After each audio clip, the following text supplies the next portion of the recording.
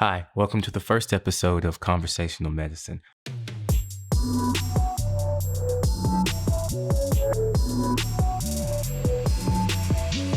My name is Derek Horde. I'm a licensed marriage and family therapist, and today I want to talk to my community about a dynamic that I see occurring very often. As a situational therapist, I chose one part of the dynamic to address. And as a licensed therapist, we usually address the entirety of the dynamic. Now, it usually takes time in therapy when I have a husband and a wife sitting in front of me. It's very difficult at times to create the kind of space necessary for them to be able to listen to how each other have hurt each other and be able to tolerate the discomfort of understanding the ways in which they might have failed.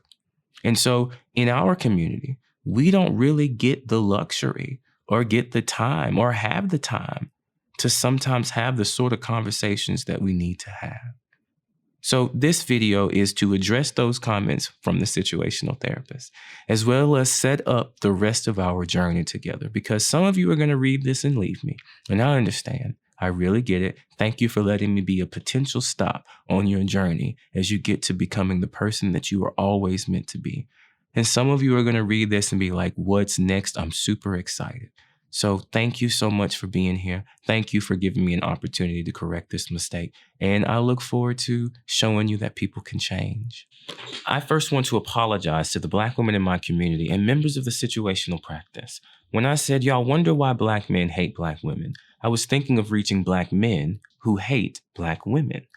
Not implying or saying that Black women are the sole reason Black men hate Black women. I'm sorry for contributing to a system of misogyny and hatred towards Black women by bringing Black women into the discussion in the way that I did. I want to reach those men because October is Domestic Violence Awareness Month, and many of them are on paths to becoming domestic abusers in the future. This is not a conversation for the situational therapist to have. It is for Derek Horde LMFT, and I should not have tried it under the situational therapist persona. I wanted to get people's attention. By saying y'all and making a statement that is perceived differently depending on your orientation, I created a situation where I would get the attention of people looking for an answer to that question. I now realize the situational therapist brand has reached a place where this is not the way to bring attention to these issues. Many of the people in my comments affected by my tone and delivery have experienced abuse by the individuals I centered the conversation around. I understand what happened. Some Black women were just minding their damn business when suddenly their For You page was the situational therapist, blaming them for why some grown men who have not yet recognized their internalized misogyny and have not dealt with or processed their trauma make excuses for the things they do and say about Black women. For some people, it was their first impression of me, and the brand of the situational therapist to them will forever be that Black misogynistic therapist that blames all moms and projects his trauma onto others. To some people, the situational therapist brand will forever be harboring a closet misogynist, even as I begin the work of correcting that imbalance. The situational therapist was supposed to be a separation between influencing society and influencing individuals directly through therapeutic work. I believe now the situational therapist as a persona has done its work, and honesty without nuance can be cruel to those who don't have the privilege of knowing in a way that doesn't paint them as the boogeyman. And being nuanced is the role of an actual therapist. This is not therapy advice, nor should it be taken to be therapeutic advice.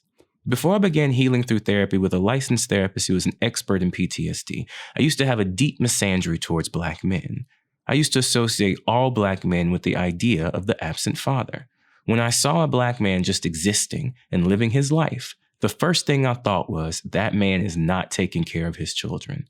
Some of those Black men may not have even had children. Before I began healing, I saw most Black men as a threat and did my best to avoid interaction with them. Having been bullied and almost beat up by Black men in both my youth and adulthood, I was not oriented to Black men in a safe way. The inescapable truth is that I am a Black man, so everything I say about Black men would also apply to me. So what would have to happen for me to harbor such beliefs about individuals with whom I share an identity? My Black male PTSD therapist told me that I would have to be repeatedly exposed to toxic generalizations about Black men without ever being in the presence of a Black male whose behaviors were different. Toxic generalizations about Black men are generated and passed down from various places, including stereotypes propagated by systemic racism, being bullied by Black men, and most of the movies that Tyler Perry makes. Another way that these toxic generalizations get passed down is through oral tradition. As a child, my earliest descriptions of what a Black man was included hearing about how terrible, worthless, and good for nothing they are. I learned this by listening to television and media, and how the child-rearing women elders sometimes spoke of my absent father, and my friends' child-rearing women elders talked about the absent fathers in their lives. On my app, The Situational Practice, many members speak about a similar experience. This communication about Black men was ritualistic, and it usually occurred in conjunction with the domestic violence I experienced in my youth in the form of spanking. I work with Black men in my practice and on my app who are at varying levels of their journey of working through internalized misogyny. It is always interesting when we first meet, as they expect me to chastise them for just having thoughts. I've been that Black man who generalized all Black women as loud, unreasonable, and aggressive. My dating history looks like what happens when you buy Neapolitan ice cream and are afraid of the strawberry and chocolate. I used to have the same toxic generalizations about Black women that most privileged white people do, but not for the same reasons. My definition of Black women back then and before therapy was based on my interactions with my mother, her friends, and the individuals she associated with within the toxic version of the Black church ran by Black men who wielded power and influence over them. On top of that, my experiences were more stereotypical due to how the Black community responds to its gifted youth. Check out my video, Not Black Enough, Cultural Scapegoating, to learn more. Although that doesn't excuse my thoughts and feelings, nor does it erase my contributions to the cycle of abuse and misogyny in our community, it provides much needed context to understand how I came to harbor such views earlier in my life. Going to therapy helped me learn to see that my concept of Black women was a monolithic structure I created as a survival mechanism to protect myself. The alternative would have driven me to madness. How could I ever think that anything my mom did was harmful, especially considering all the sacrifices she made? If she hit me, it was because I deserved it. If she yelled, it was because I wasn't listening. The concept of Black women gave me a scapegoat for the emotional scars I suffered in my youth because saying mom would have been too painful. The concept of Black women was something to be angry at, to be mad at, and let me feel justified in my anger because I defined them as irredeemable and never going to change. In the same way, some use the concept of the absent father. There is a such thing as an absent father, and research shows that 85% who show behavior disorders come from fatherless homes. 71% of high school dropouts come from fatherless homes, and 71% of pregnant teens had no fathers in their lives. The research is clear and abundant about this part of the dynamic. There is a co-occurring dynamic where some stressed, overworked, and isolated moms, in moments of weakness, share their emotion with the only people around them who will listen: their children. Some people believe it's misogynistic for me to call out this dynamic and its effects on Black sons. I think they understand me as saying, it's your fault Black men hate Black women, and there's no possible way I could mean anything different.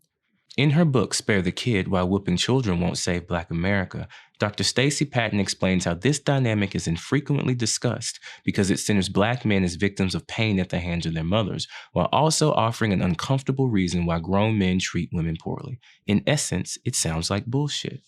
I'm here to tell you, as uncomfortable as it is true. I've been saying that spanking is abuse for almost a year now. When moms perpetuate it, one of the side effects for young men is hatred of Black women and a complete rejection of Black women as potential mates because of a traumatic reaction to their presence. In other words, misogyny. Some Black men, their first interactions with the effects of systemic racism on Black women and their first introductions into misogyny is through interactions with their stressed out and overworked moms who are honestly doing the best they can. I understand that this sounds like bullshit. In Chapter 5 of her book, Spare the Kid, Dr. Patton interviewed many men about their experiences growing up being spanked. One man in particular writes about how, I don't think I'll ever marry a Black woman, and I'm relatively certain that I won't date another one, at least not in the near future. I don't believe that there's anything inherently wrong with Black women, nor are they deserving of being bashed as a group. I just feel that my experiences with my mother and the resulting tendency to choose women that share many of her personality traits and characteristics have turned me off from them because I just don't think I'll ever be able to find one that I'm compatible enough to be with. This sentiment breaks my heart because there are so many beautiful Black women who would treat him with love, respect, and patience, and he literally can't believe they exist. This is why some Black men hate Black women. They don't hate them. They're afraid. And that fear is rooted in misogyny and unresolved trauma from never receiving any form of validation of their feelings. Professor Tommy J.C. writes that the problem is that Black boys are punished for the Black men they will become, and the enforcers of this violence are not only the racist police, but those parents who are most responsible for the care of these young males. And yes, that means Black mothers in their own homes can internalize and act on these racist strops of Black males as super predators. My TikTok mentions are filled to the brim with followers asking me to comment on yet another video of a mother inflicting violence upon her son's body. I get these every day, and they can be highly uncomfortable to watch. Sometimes I think it's a nice video, and then suddenly it switches to a parent hitting their child. I have evidence of obviously tired and overworked mothers repeatedly whooping their sons out of an abundance of fear and concern for their protection. At the same time, I acknowledge that saying why Black men hate Black women is highly inflammatory, especially when we consider just how much society blames Black women for the ills in the world. All maternal violence against children can be traced back to the fact that we live in a systemically racist society and the struggles of existing while Black within that system. The racist world we live in creates a divide between Black men, women, and children. This isn't about blame. It's about acknowledging the effects of being in this society which affect our parenting and our children who grow up to be parents. Everyone knows what a physically absent father is and how detrimental his absence can be to a young child. We've heard it causes anxiety, depression, and is a predictor of adverse outcome in life. All the studies seem to pinpoint the absence of the father's presence as a causal factor in the children's outcome. I just want to add that sometimes when the father is absent from a child's life, some mothers rely on their male sons to provide the emotional support that the father would provide if they weren't absent. This is best exemplified in how we call our young men the man of the house, although I've also heard my little CEO. In therapy terms, we call this parentification. Parentification is a role reversal where children act as parents to their parents and in extreme cases serve as a way to feel the parent's emotional needs. I don't believe any of the parents intend to harm their children on purpose, nor does it occur at the same severity for almost all relationships. I do think it happens because we don't talk about it. When there is an absent father, the mother misses a significant source of emotional support and comfort, and it causes her to have to overcompensate for the difference. There is a reason for this overcompensation, partly because the way young Black and unwed mothers are treated in our community is abhorrent. We tell them not to be fast. We utilize a discipline technique that forces their body into early puberty and causes them to think sexual thoughts earlier, and then celebrate and vilify them for having children. Many men in the manosphere often scapegoat Black women in this way for quick likes and easy views.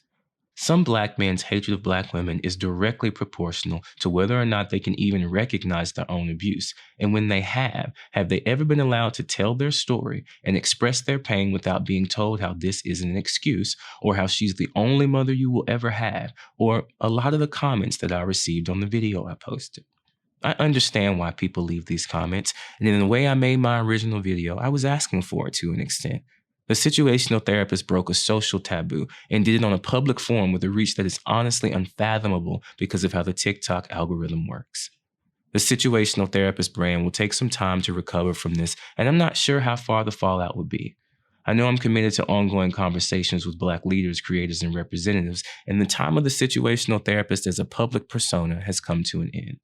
I finally have the reach I need to talk to people in particular situations, as evidenced by the response to my initial video. I don't need to use the same techniques to get attention anymore because I already have it. Now that I do, it's time to talk about why Black men and Black women can't speak to each other without getting angry at each other. The specific communication dynamic at play that they are both, for a lack of a better word, a slave to. Understanding this dynamic can heal families, stop fathers from becoming absent, and provide overstressed mothers with some form of support, even if they aren't in a relationship with the father. Like, wouldn't you like to actually be friends with the man that is the father of your child? Like, wouldn't you want to be friends with the woman who is the mother of your child? Like, even if y'all aren't together, wouldn't you like to be able to talk with each other? Well, next time on the podcast, I'm going to explain to you how. I'll see you soon.